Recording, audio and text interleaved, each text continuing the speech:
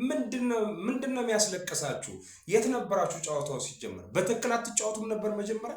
ያ ሁሉ ደቂቃ ምንም ጎል ሳይገባ ቆይታችሁ 0-0 ከዛ ሁሉ ደቂቃ በኋላ ቆይተ ስትቀይር የት ነበርክ?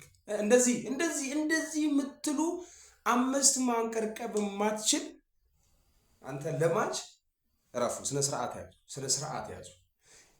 ዛሬ የዓለማችን ድንቅ ከዋክብቶች በሐዘን ላይ የወደቁበት ቀን ነው።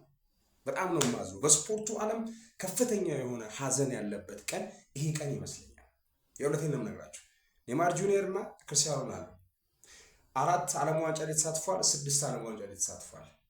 ኔይማር ጁኒየር ማልቀስ የለብም። ሙሉ በሙሉ ኔይማር ማልቀስ እንደሌለበት ነው እዚህ ጋር ማውራት የምችለው።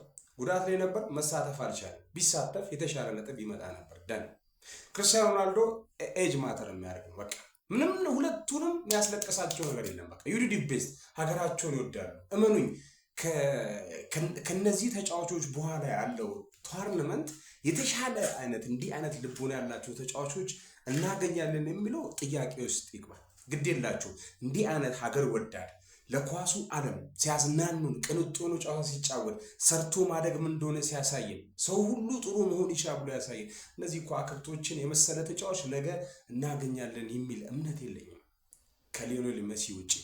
ስለዚህ ለቅሷችሁን ለጊዜ ተውት እባካችሁ። ብዙ ዓለም በእናንተ ዛሬም ድረስ ይቆያል። የእናንተ ታሪክ እስከ ዝንተ ዓለም በኳሱ ዓለም ሲነገር ፕላኔታችን ካፈራቻቸው ድንቅ ተጫዋቾች መካከል አንደኞቹ ናቸው። ዓለማችን ላይ 6 ወርልድ ካፕ የተጫወተው ክርስቲያኖ ሮናልዶ ብቻ ነው ከሜሲ ውጪ እና አንድ የሜክሲኮ በረኛ ነው። ክርስቲያኖ ሮናልዶ ኤጅ ማተር። ዛሬ ስፔን ላይ 1 ጎል አላገባም አይደል? 2010 ነው ስንት ላይ ሃትሪክ ሰርቷል፣ 3 ጎል አግብቷል። በቃ አድሜን Sir, we respect you, big love and a big respect. We are thankful and grateful for what you did on football era, both of you, Neymar and Cristiano Ronaldo. ስለዚህ አታልቅሱ። የክርስቲያኖና የኔይማር ደጋፊዎችም ጠንከር በሉ። ዛሬ ፖርቹጋል ተሸንፋለች። 90 ደቂቃ ቆይቶ 90ኛ ደቂቃ ላይ ነው እንግዲህ የገባችው። ኔይማርም ልክ ነው ተቀይሮ ነው የገባው። ምንም ማድረግ አልተቻለም። ቪኒ አልነበረም በሰዓቱ፣ ጨዋታዎች ጥሩ አልነበሩም። በቃ this is how the thing is written for you። ይሄ ነው እግዚአብሔር የጻፈላችሁ ይሄ ስለሆነ እሺ ዳርማጆች የኳስ ቤተሰቦች ጠንከር በሉ።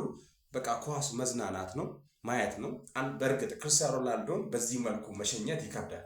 ኔይማርን በዚህ መልኩ መሸኘት ቢያንስ ክርስቲያኖ ቢያገባ ብዬ እንደውም ባለፈው ፔናልቲ ሲያገባ እንዴት እንደተመቸኝ ቢያንስ ቢያገባ ብዬ የተመኘሁት። ለቅሷቸው ያማል የነሱ ለቅሶ የምሬን ነው። ኔይማርን ጨምሮ ኔይማር እንደ ልጅ ነው ሲንፈራፈር የነበረው እንደው እና ይሄን ይመስላል።